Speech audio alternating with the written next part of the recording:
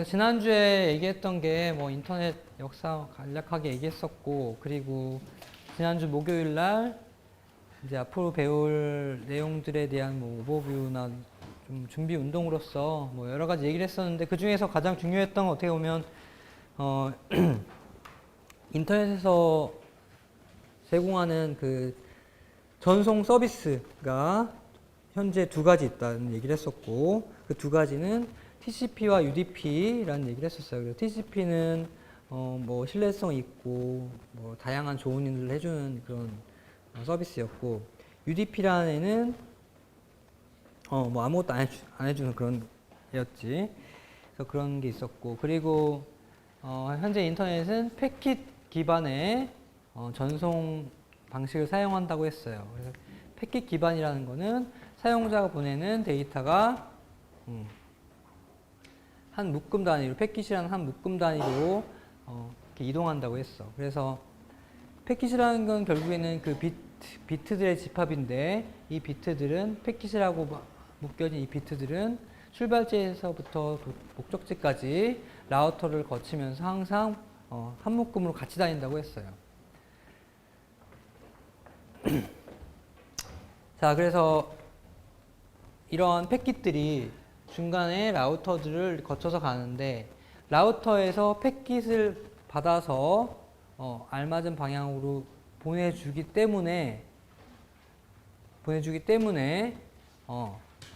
현재 인터넷에서 한 라우터에 물려 있는 이제 많은 사용자들이 이게 라우터를 공유해서 사용할 수 있는 것인데, 보면은 이제 패킷 그 기반의 전송이 문제점이 뭐냐면, 만약에 한꺼번에 많은 사용자가 동시에 이 라우터에 패킷을 보낼 경우에 뭔가 문제가 발생한다고 했었죠.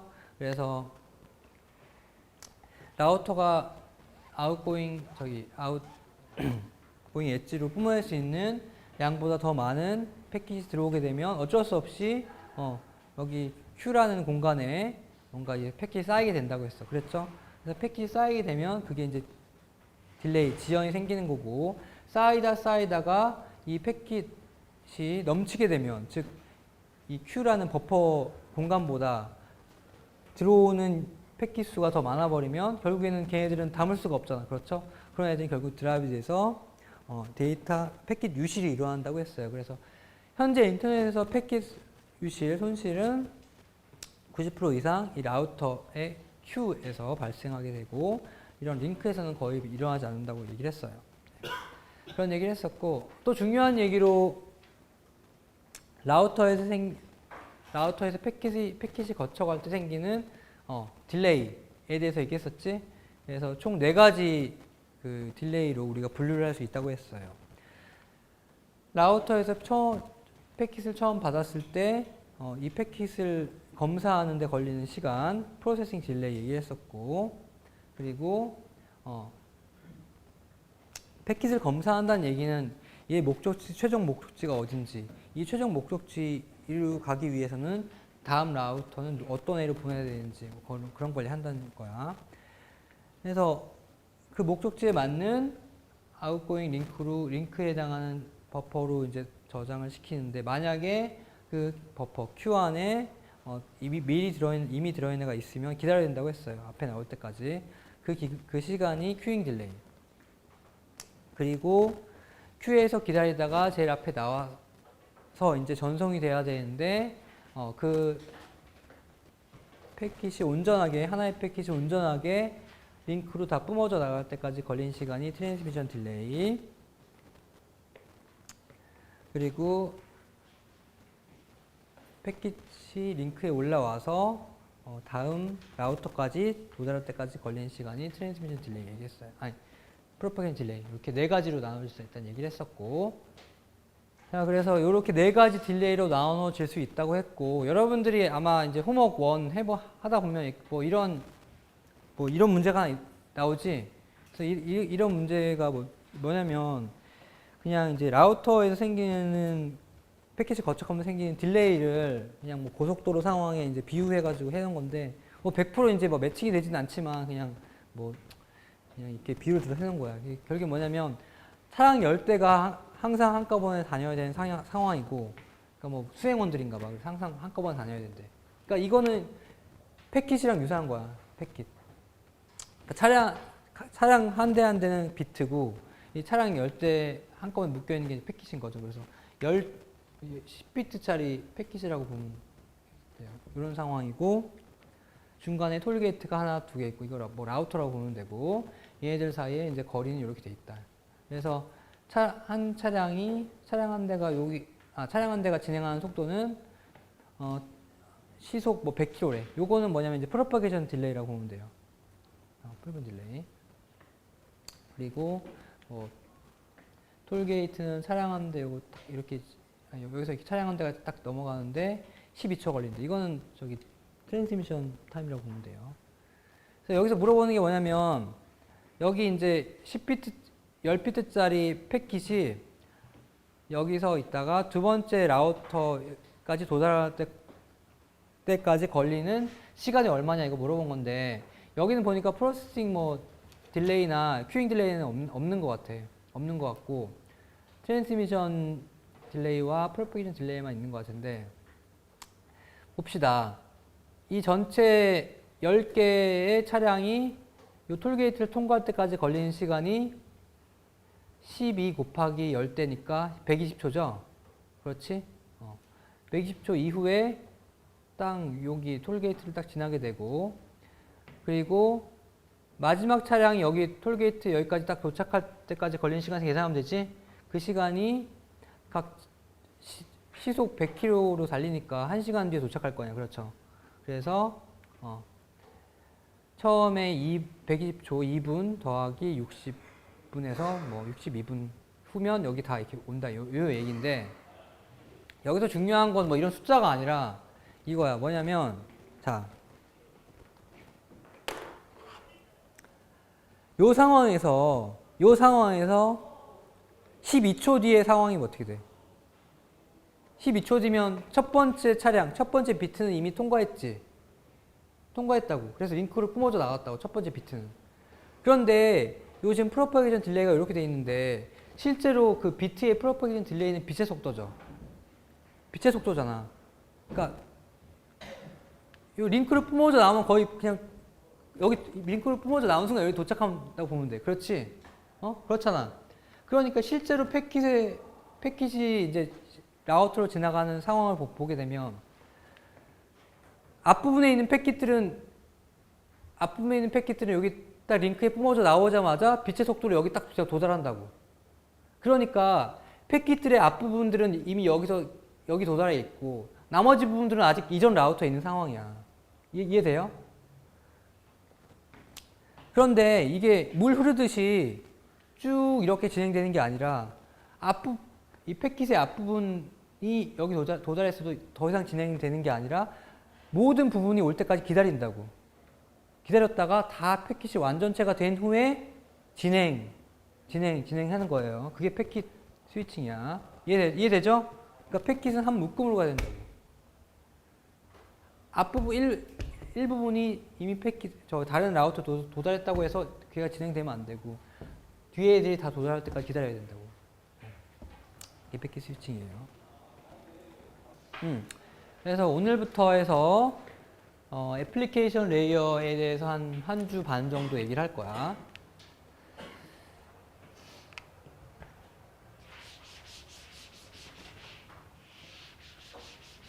자, 우리가 한 학기 동안 그 네트워크 계층들을 쭉 위에서부터 이제 얘기를 하기 시작할 텐데,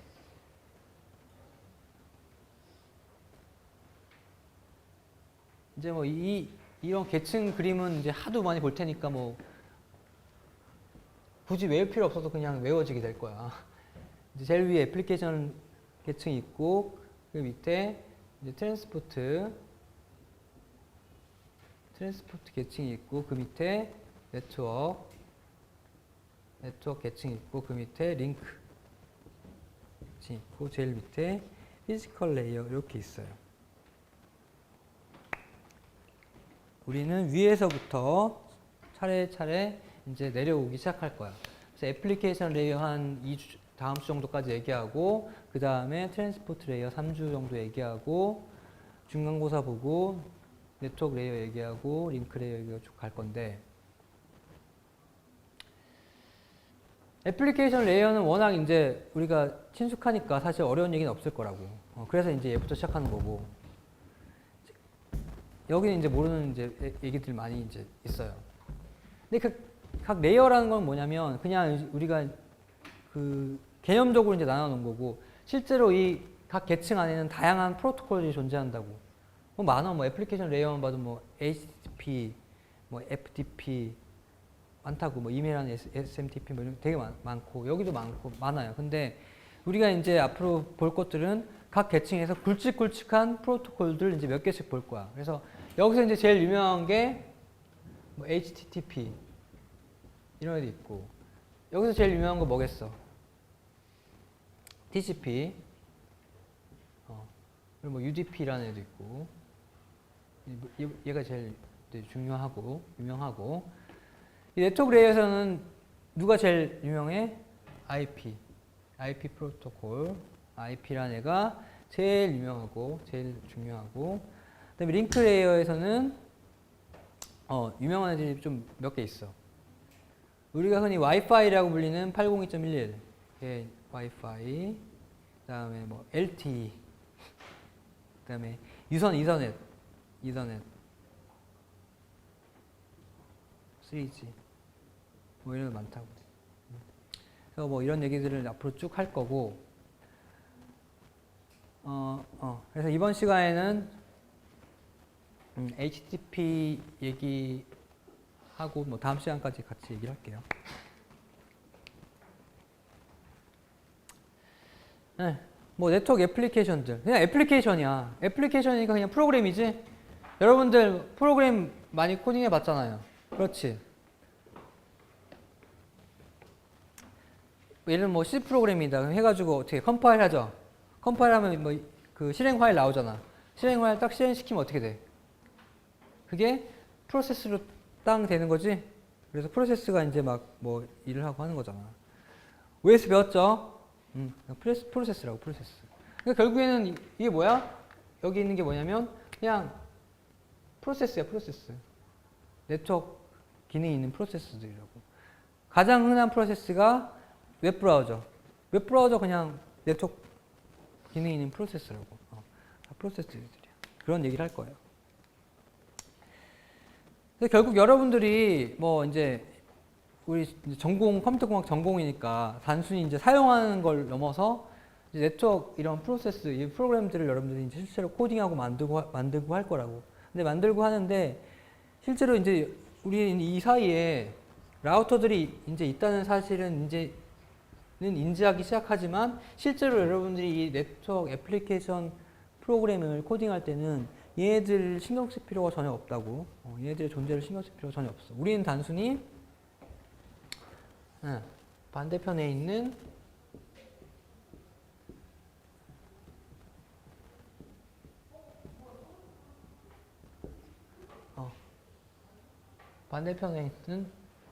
프로세스와 프로세스가 아닌 통신이라고만 생각하면 돼. 이해돼요? 뭐 얘는 웹브라우저고 얘는 웹서버 프로세스고 이렇게. 중간에 이런 네트워크가 어떻게 생겼는지는 전혀 신경 쓸 필요가 없어요. 왜냐하면 이런 방금 그렸던 이런 네트워크 계층이란 건 네트워크 엣지, 즉 클라이언트와 서버에만 존재하는 것이고 라우터에는 이러한 애플리케이션 뭐 이런 계층이 존재하지 않아. 그러니까 사실 이건 뭐 나중에 할 얘기긴 한데 여기 라우터에는 네트워크 레이어까지만 존재한다고. 진아 씨가 아마 얘기를 했을 거예요. 얘네들은 바보들이라고. 여기는 이런 뭐 프로그램들이 돌아갈 만한 게 존재하지 않아. 이런 지능적인 것들은 다 여기 있어요. 여기서 동작을 하는 거라고.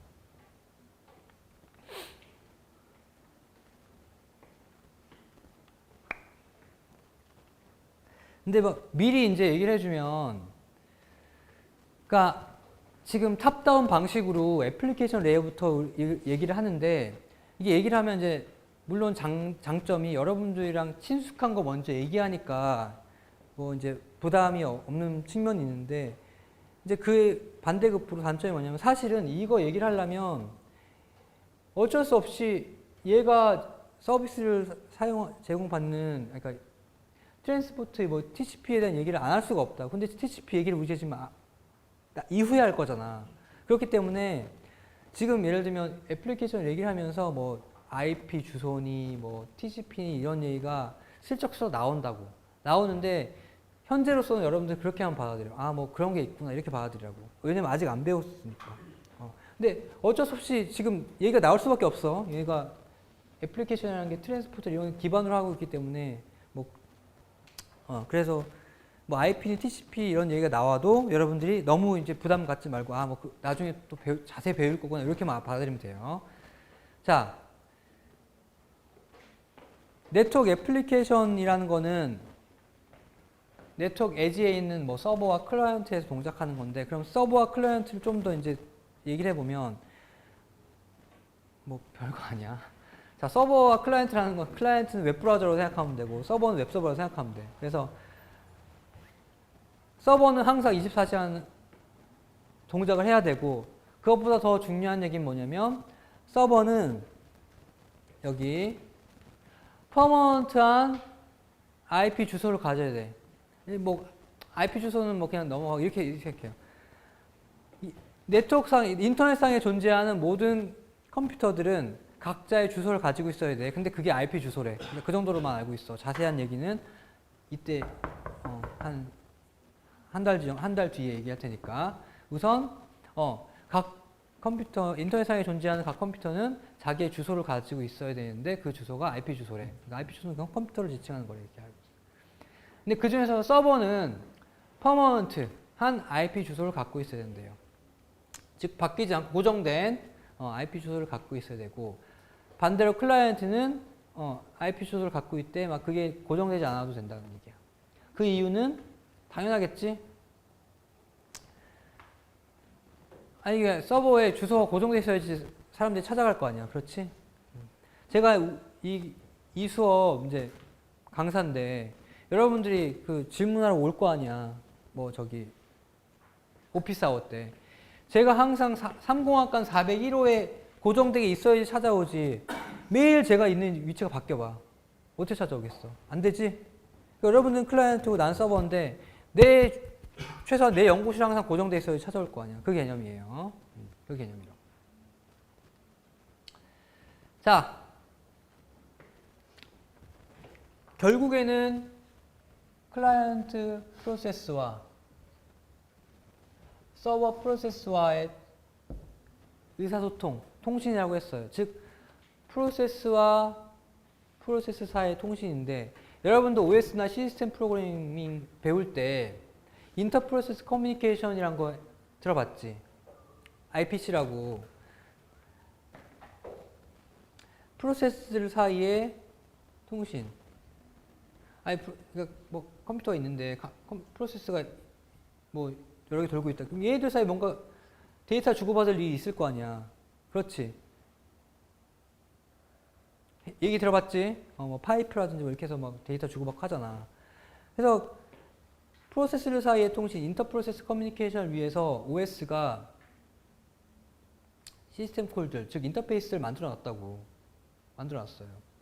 근데 우리가 얘기하는 거는 지금 다른 컴퓨터에 위치한 프로세스가의 통신이지 이거 별 차이 없어. 단지 이게 그냥 다른 컴퓨터 상에 위치한다는 것 뿐이에요. 그게 다야. 그래서 다른 컴퓨터 상에 위치하는 프로세스와 통신을 하기 위한 또 이런 인터페이스들을 다 OS 내부에서 다 만들어 놨다고. 그게 바로 다음 주에 얘기할 여기 이 인터페이스가 소켓이라는 거예요. 소켓. 별거 아니에요. 그냥 이 소켓이라는 걸 구조체를 뭐 인터페이스를 만들어서 얘와 연결시켜 놓고 연결하는 과정은 이제 또 자세히 얘기하겠지만 연결시켜 놓으면 그냥 이 프로세스에서 소켓에다가 그냥 write 여기다 그냥 write 해버리면 여기서는 그냥 read가 되면서 그냥 마법처럼 전달이 되는 거야. 여기다가 write 하면 여기다 read 하면 전달 그냥 왔다 갔다 하는 거야. 그렇게 되는 거야. 그냥 여기에 이제 소켓이 있는 거지. 여기에 쓰면 마법처럼 여기 이 소켓에서 읽어드리고 이렇게 데이터 전달되는 거야. 그런데 자, 내가 이제 여기다 쓰면 여기서 읽을 수 있게 이렇게 하려면 뭔가 사전에 얘네들을 딱 이렇게 연결시켜 놔야 될 거 아니야. 그렇지? 그렇잖아.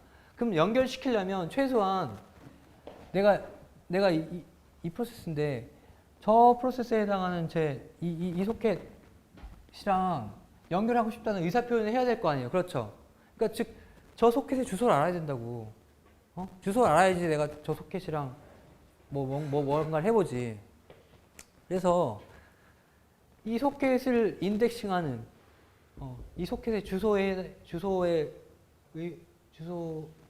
역할을 하는 뭔가가 인덱싱이 필요해. 그게 바로 IP 어드레스와 포트 넘버의 컨비네이션이야. 자, IP 주소란 건 뭐라고 얘기했냐면 아까 인터넷상에 존재하는 컴퓨터를 지칭하는 주소라고 했었지. 그렇지. 근데 이 컴퓨터상에 프로세스들이 많을 거 아니야. 각 컴퓨터상에. 여러분들 지금 이 랩탑 안에 지금 프로세스 많이 돌고 있잖아. 프로세스 많다고. 그러니까 이 컴퓨터 안에서 또 특정 프로세스를 지칭해야 되죠. 그게 바로 포트의 역할이야. 포트. IP 주소는 어떤 컴퓨터인지 하는 거고, 포트는 이 중에서 어떤 프로세스인지. 여기 프로세스 많이 돌고 있을 텐데. 프로세스 많을 텐데. 그 중에서 얘구나. 그 의미라고. 더 자세히 얘기하면 사실은 이 포트에 물린 이 소켓이 누구구나 하는 그런 의미예요. 질문 있으면 이제 아무 때나 하라고. 질문 있으면 해요.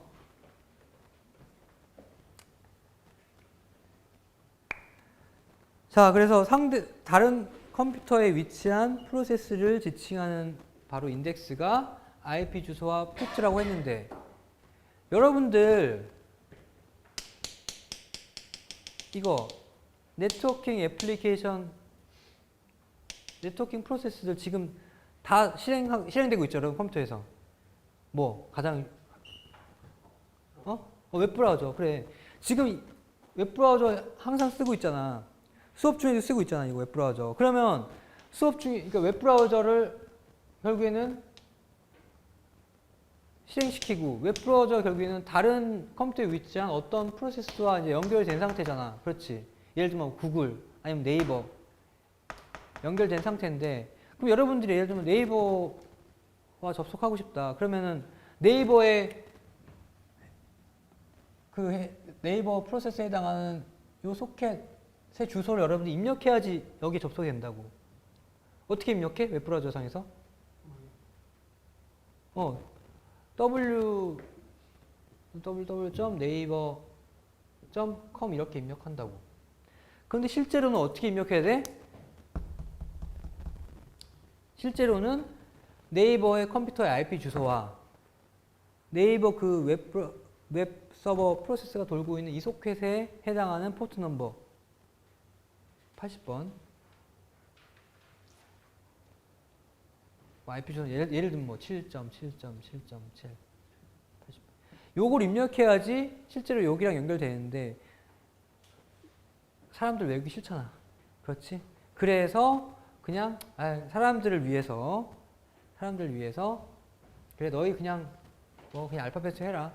이렇게 해놓고서는 여러분들 이거 입력하면 내부에서 이제 다음 주에 얘기할 DNS라는 시스템에 의해서 이게 네이버의 IP 주소로 변환되고 그렇게 해서 이제 여기로 접근이 가능한데, 그러면 여러분들 이거 80번은 입력 안 했잖아요. 여기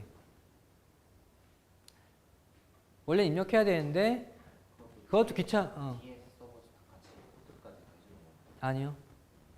그냥 입력 안 하면 그냥 80번 알아서 넣어줘요. 아무것도 입력 안 하면. 그래서 여러분들 이렇게 해도 돼. 이거 하고 점점하고 그냥 80번 쳐도 똑같이 일로 간다고. 그러니까 입력 생략하면 80번이 되는 거고, 입력하면 입력해도 돼. 예를 들면 여러분들 이제 프로젝트 1으로 웹서버 간단한 웹서버를 구현할 텐데 그거는 80번에 여러분들 원하는 포트에 동작 시키면 된다. 그럴 때는 뭐 여기 뭐 999번 포트에 여러분이 돌렸다. 999 이런 식으로. 이해돼요? 그런데 아니 지금 얘기가 아니라 그런데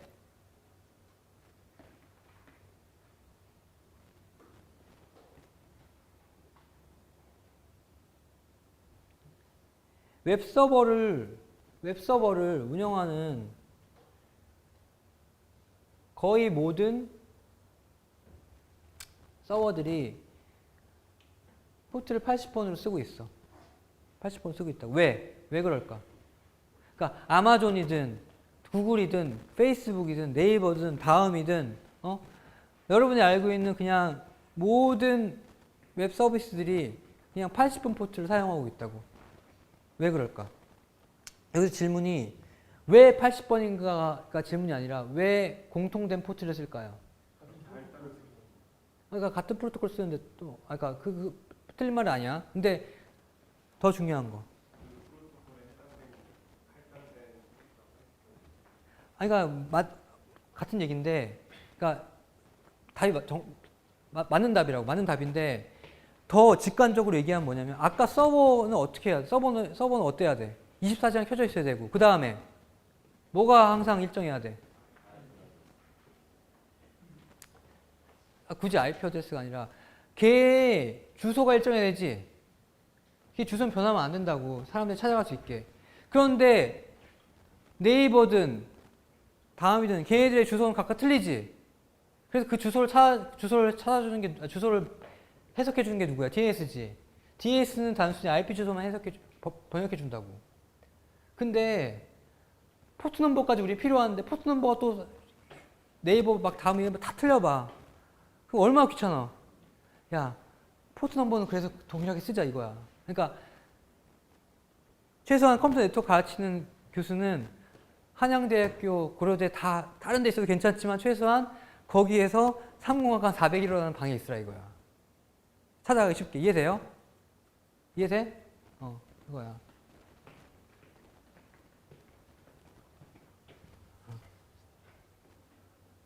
이게 이제 이렇게 공통되게 해놓지 않았으면 이름 뭐지? 잠깐만. 뭐였지? 구성훈? 구성훈 학생 얘기처럼 DNS에서 뭐 포트까지 다 만들어줘야 된다고. 자, 애플리케이션 하나만 더 얘기할게. 이 계층이란 개념은 이렇게 생각하면 돼. 하위 계층에서 상위 계층한테 어떠한 기능을 제공하는 거야. 즉, 서비스를 제공하는 거야. 여기 기능을 상위 계층이 사용할 수 있게. 즉, 우리가 애플리케이션을 얘기하기 때문에 지금 애플리케이션 레이어 프로토콜들은 그 바로 하위 계층인 트랜스포트 레이어에서 제공하는 기능을 사용하는 거예요. 즉, 서비스를 받는 거야. 근데 트랜스포트 레이어에서 제공하는 기능이 어떤 거냐가 중요하겠지. 그러니까 여기서 제공해주는 기능이 아닌 건 우리가 못 쓰는 거고 제공해주는 기능을 우리가 쓰는 거라고. 그런데 그냥 뭐 현재 어떤 게 여기서 제공해주는 걸 떠나서 우리가 이제 애플리케이션 개발자 입장에서 기대가 있을 거냐. 우리가 애플리케이션 개발자인데 트랜스포트 계층에서 이런 서비스를 좀 제공해줬으면 좋겠다라는 희망사항들이 있을 거예요. 그 희망사항들을 좀 나열해 본 거야. 자, 트랜스포트 계층에서 이런 서비스를 제공해줬으면 좋겠어요. 뭐냐면 데이터 인테그리티. 내가 보내는 데이터가 유출되지 않고 온전하게 목적지까지 도착했으면 좋겠어요. 희망사항 첫 번째. 두 번째 희망사항 타이밍. 내가 보내는 데이터가 예를 들면 뭐 10ms 내에 목적지에 도착했으면 좋겠어요 라는 시간 개념에 대한 희망사항. 세 번째는 스루풋. 내가 보내는 데이터가 최소 예를 들면 뭐 1기가 bps 이상 속도가 아니 그런 용량이 나왔으면 좋겠어요. 뭐 그런 스루풋에 대한 희망사항. 그다음에 보안, 시큐리티. 내가 보내는 데이터가 뭐 안전했으면 좋겠어. 이런 희망사항들이 있는데 저 희망사항들 중에서 실제로 현재 트랜스포트 레이어에서 제공해주는 서비스는 오로지 한 가지밖에 없어요. 데이터 인테그리티. 데이터가 유실되지 않고 온전히 목적지까지 도달해주는 것에 대한 서비스만 제공해주고 나머지 타이밍, 스루풋, 시큐리티는 제공해주지 않습니다. 현재는.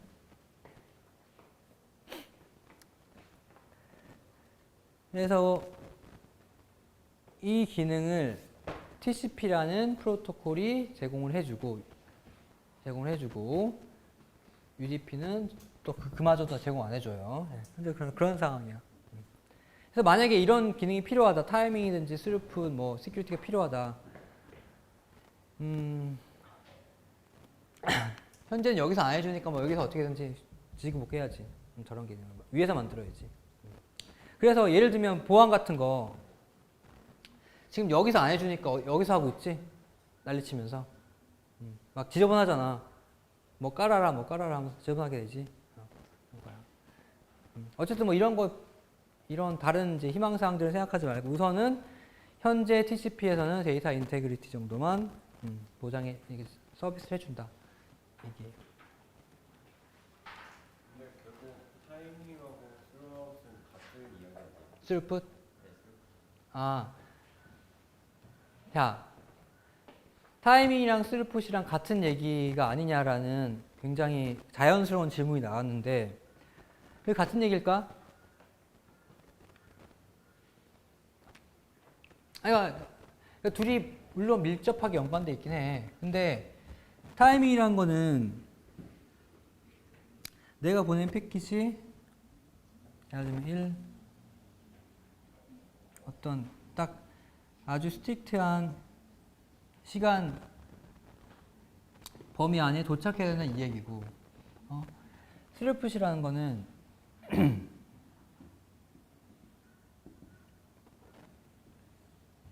예를 들면 1초에 뭐 어느 정도 양이 지나가야 도달해야 된다는 얘기잖아. 그러니까 즉 여기 이 스루풋을 얘기할 때는 각각 패킷이 모든 패킷이 이 타이밍을 맞출 필요는 없다고. 이해돼요? 1MB에 해당한 모든 데이터가 하나도 안 가고 있다가 마지막 한 0.999초에 그냥 확 가버려도 얘는 스루풋 이거 되는 거고 이 리퀘어먼트는 안 맞잖아. 그렇지. 미묘한 차이를 이해해요? 이해되지? 그러니까 스루풋은 양에 대한 얘기고 얘는 개별적인 그 시간에 대한 얘기라고. 그러니까 생각해봐. 이걸 직관적으로 더 헷갈리면 얘는 음성 전화 같은 거 각각 음성 패킷이 도달하는 그 타이밍이 중요한 거지. 그렇지. 그런데 그럴 때는 이제 이런 타이밍이 중요한 거고 예를 들면 영화 다운로드 받는다. 영화 다운로드 받는 거는 이게 중요하지.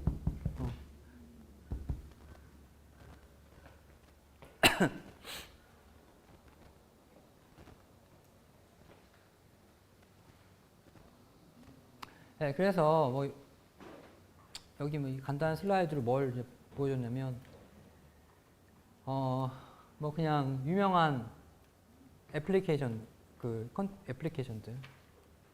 얘네들이 어떤 트랜스포트 레이어를 프로토콜을 사용하는지 그러니까 대부분 다 TCP를 사용하겠죠.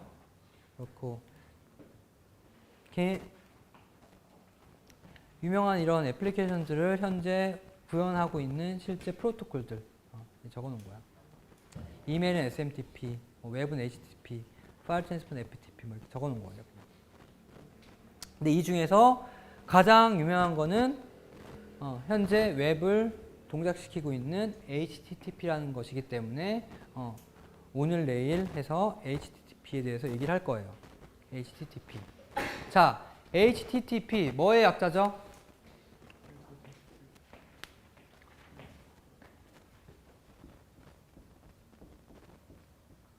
앞으로 무수히 많은 프로토콜들이 나올 거야, 이제부터. 프로토콜들을 배울 텐데, 가장 중요한 건 다 약자잖아. 약자인데, 최소한 뭐의 약자인지는 여러분들 알아야 되는 게, 왜냐면 그 프로토콜의 이름이 왜 그런지를 이해하게 되면 그거의 의미나 그 동작에 대한 50%는 이해하는 거라고. 왜 그렇게 이름이 붙었는지. 자, HTTP 프로토콜인데, 아니 뭐야? 이건가? 자, HTTP 프로토콜인데 뭔가 트랜스퍼하는데 뭘 트랜스퍼? 하이퍼텍스트를. 별거 아니네. 하이퍼텍스트를 그냥 전달하는 프로토콜이네. 끝. 자, 그럼 하이퍼텍스트가 뭐냐? 하이퍼텍스트는 이름만 괜히 저렇게 뭐 그냥 하이퍼라고 막 해놓은 건데 그냥 텍스트야, 텍스트. 이런 텍스트인데 그냥 중간중간에 링크가 있다는 얘기지. 다른 텍스트를 지칭하는 이런 링크들이 있다는 얘기야. 이 텍스트, 다 텍스트잖아. 텍스트. 파일. 이렇게. 이렇게 돼 있다는 얘기죠. 그러니까 단순히 이런 텍스트들을 전송하는 프로토콜이야. 근데 워낙 단순해서 뭐 얘기할 게 없어. 자, 웹브라우저 돌아가는 PC죠. 웹브라우저가 있는 스마트폰이고 다 이제 웹서버에 접속하려는 거잖아. 그렇지. 결국에는 뭐냐면 자, 내가 요청하는 웹페이지, 즉 하이퍼텍스트 파일 하나 주세요 이거야. 주세요. 알았어, 줄게. 끝. 리퀘스트, 리스폰스. 끝. 그냥 딱 두 가지 메시지 두 개밖에 없어, 종류가. 리퀘스트, 리스폰스. 이 리퀘스트에는 뭐가 담겨 있냐면 내가 지금 원하는 저 하이퍼텍스트 파일 이름. 그럼 받으면 서버는 그 파일 디스크에서 읽어서 리스폰스 담아서 주고 끝. 이거예요. 단순하죠? 단순하다고. 단순해. 정말 단순한 거예요. 리퀘스트, 리스폰스. 이게 다야. 그런데 이 HTTP가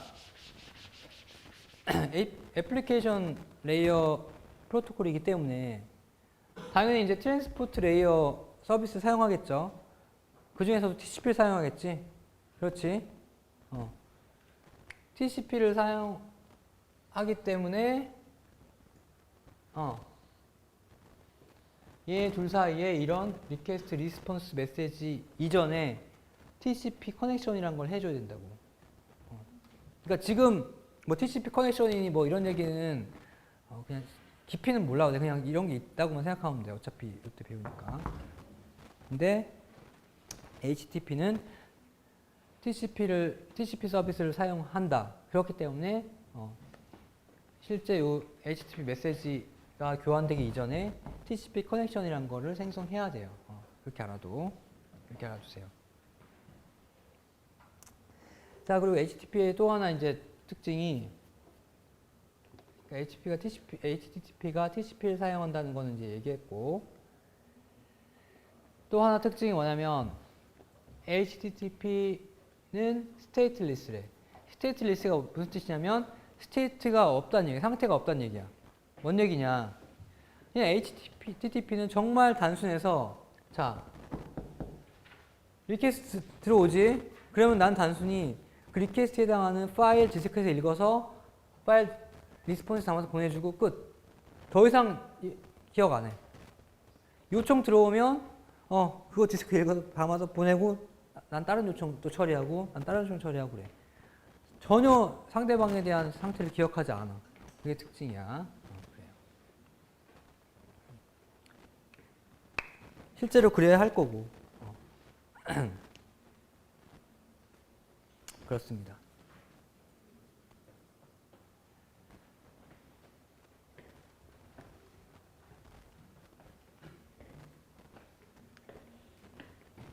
요 얘기만 하고 이제 마칠게. 자, HTTP는 TCP 커넥션을 사용해서 기반으로 그 위에서 이제 이러한 메시지를 주고받는다고 했는데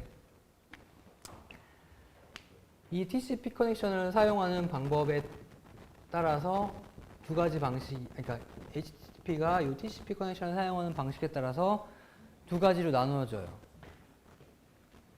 persistent인지 non-persistent인지. 이거는 뭐 무슨 얘기냐면 이름에서 그냥 알 수 있는 거야. 자, persistent는 뭔가 지속적이라는 얘기고 non-persistent는 그 반대라는 얘기인데 결국은 뭐가 persistent냐 아니냐는 이 TCP 커넥션을 persistent하게 사용할 거냐 안 할 거냐 그 얘기예요. 자, 무슨 얘기냐? 얘랑 얘 사이에 HTTP 메시지를 리퀘스트, 리스폰스를 주고받으려면 TCP 커넥션을 만들어야 된다고 했지. 만들고 이 메시지를 주고받고 끊으면 non-persistent고 끊지 않고 이걸 계속 유지하면서 계속 이걸 재사용하게 되면 그거는 persistent라고. 이해돼요?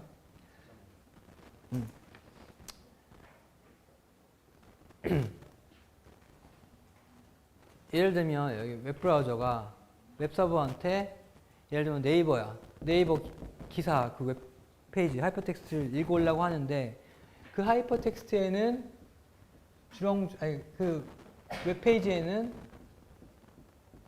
다른 오브젝트 그림 파일 같은 게 여러 개 한 10개 정도 달려 있다고 쳐봐. 그럼 결국에는 이 메인 페이지와 이 그림 파일 각각 10개를 다 가져와야 되는데 우선은 이 메인 페이지를 요청하기 위해서 TCP 커넥션을 이렇게 생성한다고. 생성하고 메인 페이지에 대한 리퀘스트를 보내줘. 그럼 메인 페이지에 대한 리스폰스를 주고. 리퀘스트, 리스폰스 한번 왔다 갔다 트랜지션이 끝났지. 그리고 TCP 커넥션을 끊고 다시 TCP 커넥션을 만들어서 이런 각각 그림을 가져오게 되면 그게 non-persistent.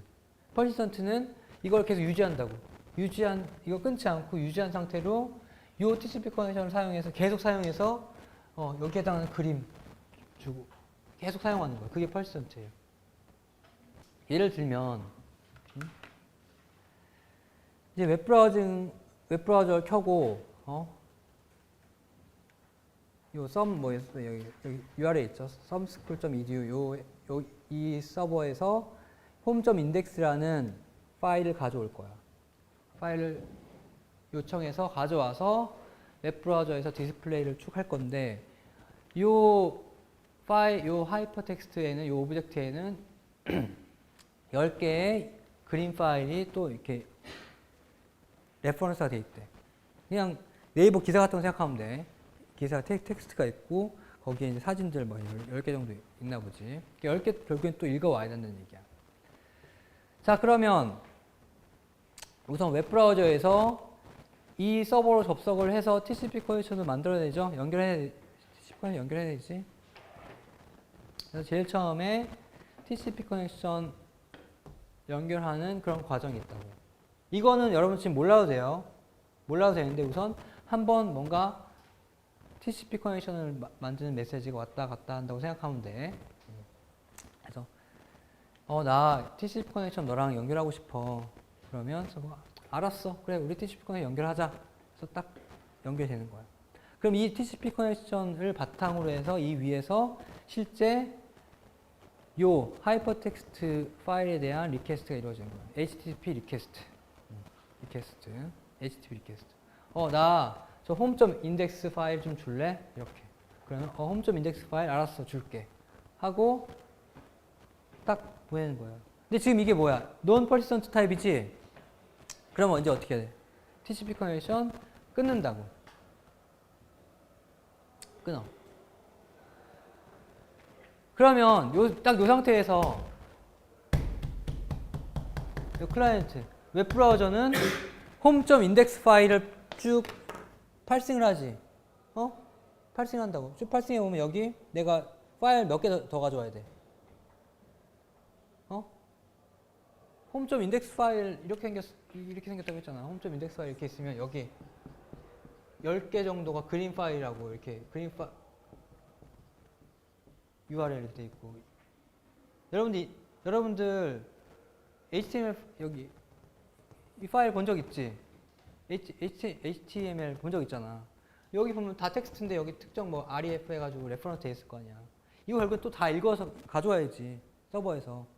그러니까 지금 딱 내가 요청한 건 인덱스 점 요거라고 홈 점 인덱스. 그래서 서버가 지금 홈 점 인덱스 요걸 준 거야. 딱 받았잖아. 그리고 TCP 커넥션 끊었잖아. 끊은 상태에서 나 지금 이걸 쭉 파싱해 보니까 잠깐만 내가 이걸 웹브라우저에 제대로 디스플레이 하려면 요 파일 하나 둘 요거 다 필요하구나. 그럼 요거 다 서버에 다시 요청해서 가져와야 되는 거지. HTTP 리퀘스트로. 그럼 이거 다 HTTP 리퀘스트 해야 되는데 지금 TCP 커넥션 끊겼죠. 끊겼지. 그러니까 다시 똑같은 과정 반복해야 된다고. TCP 연결하고 이 그림 파일에 대한 리퀘스트 리스폰스. TCP 커넥션 끊고 다시 TCP 커넥션 연결하고 두 번째 그림에 대한 리퀘스트 리스폰스. 이해돼요? 이해돼? 이해되지? 된다고. 근데 만약에 persistent HTTP를 썼다 그러면 더 그냥 수월하겠지? 처음에 이 인덱스에 대한 리퀘스트 리스폰스하고 그 다음에 계속 저 TCP 연결 유지시키면서 그림 파일에 대한 것도 계속 쭉 왔다 갔다 할 수 있다고. 그래서 실제로 현재 여러분 웹브라우저에서는 non-persistent HTTP가 아니라 persistent HTTP를 디폴트로 사용을 해요. 근데 지금 여기는 이제 뭐 교과서니까 여러분들한테 알려주려고 이렇게 하는 거야. 질문 있나요? 질문? 질문. 네. 펄시스에서는 그 원하는 파일이 다 전송됐다는 것을 누가 판단을 하나요? 원하는 파일 전송했다는 거? 네. 지금 같은 경우는 클라이언트가 자기가 더 받아야 되니까 요청을 하잖아요. 네. 근데 만약 그 펄시스에서는 전송이 다 됐다는 것을 누가 판단해요? 지금 이제 질문이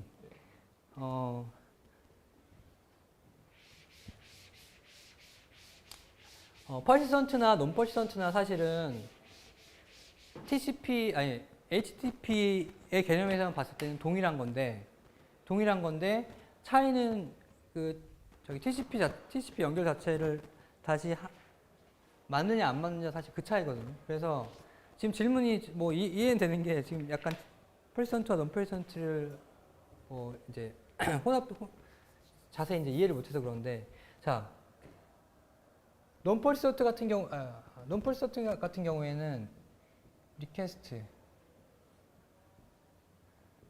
리스폰스하고 끊고 이게 반복돼서 이렇기 때문에 언제가 끝날지 안다고 생각하는 거죠. persistent 같은 경우에는 어떻게 될까? persistent 같은 경우에 persistent도 마찬가지로 그러니까 non-persistent 같은 경우에 HTTP 리퀘스트 리스폰스 그다음에 TCP 커넥션 끊고 생성하고 리퀘스트 리스폰스 이렇게 되는 거죠. 그런 거고 persistent 같은 경우에는 TCP 커넥션 한번 만들어 놓고 이게 TCP 커넥션 한번 만들어 놓고 이거 그리고 그 뒤로 계속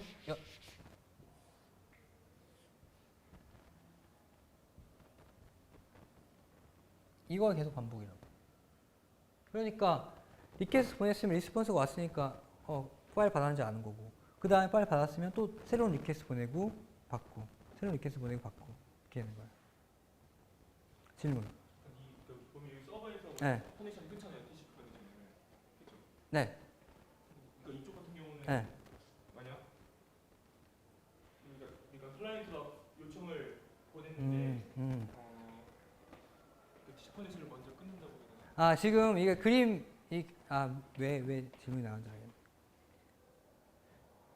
지금 이 그림에서 4번에서 이제 서버가 TCP 커넥션을 끊었다고 해서 이제 그렇게 이제 생각을 할 수가 있는데 실제로는 TCP 커넥션을 실제로 TCP 커넥션을 끊는 거는 양쪽에서 같이 끊어줘야 돼. 그래서 서버는 이제 여기서 이제 TCP 커넥션을 클로즈한 게 완전히 끊어버린 게 아니라 난 지금 내가 보낼 건 다 보냈다고 나는 이제 끊을 준비를 하는 거야. 하고 지금 이 얘기는 되게 디테일한 얘기인데 끊을 준비를 하는 거고 실제로 클라이언트에서 최종적으로 판단을 해요. 내가 정말로 다 받았으면 그때 TCP 커넥션을 끊는다고. 그래서 양쪽에서 다 끊어져야지 끊겨. 만약에 내가 못 받았다 그럼 계속 뭐 재전송 요청을 할 수도 있고 그렇게 되는 거예요. 물론 재전송 여기 그러니까 HTTP에서는 재전송이 없지만. 그래서 약간 자, 퍼시던트 얘기하다 이게 퍼시던트 HTTP잖아. 그렇지. 그래서 질문에 대한 해답은 됐어요, 아까? 해답은 됐는데, 자, 퍼시던트 HTTP면은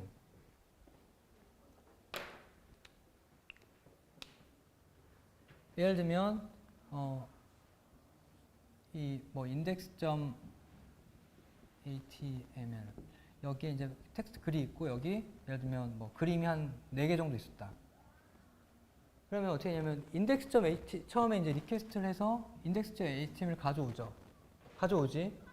그러면 이걸 쭉 파싱하면 나는 파일 4개 더 가져야 된다는 걸 알게 되고 이 파일 4개를 리퀘스트 해야 되는데 퍼시던트 같은 경우에는 TCP 커넥션 유지시키면서 그림 1번 리퀘스트 해서 받고 그림 2번 리퀘스트 해서 받고 이런 식으로 이제 가는 거라고. 근데 실제로는 이렇게 물론 이렇게 하는 게 이제 가장 기본적인 건데 이렇게 하는 것보다 더 효율적인 방법이 있을 것 같지 않아? 더 빨리 이거 받으시는 거.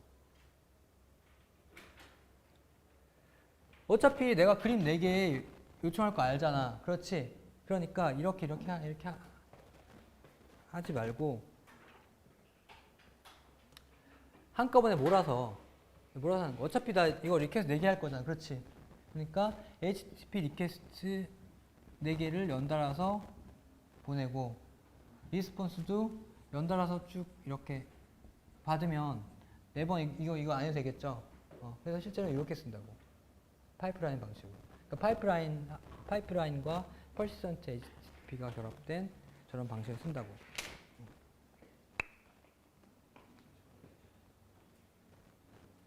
어차피 뭐 내일 오늘 했던 얘기 다시 복습하면서 쭉 진행할 거야.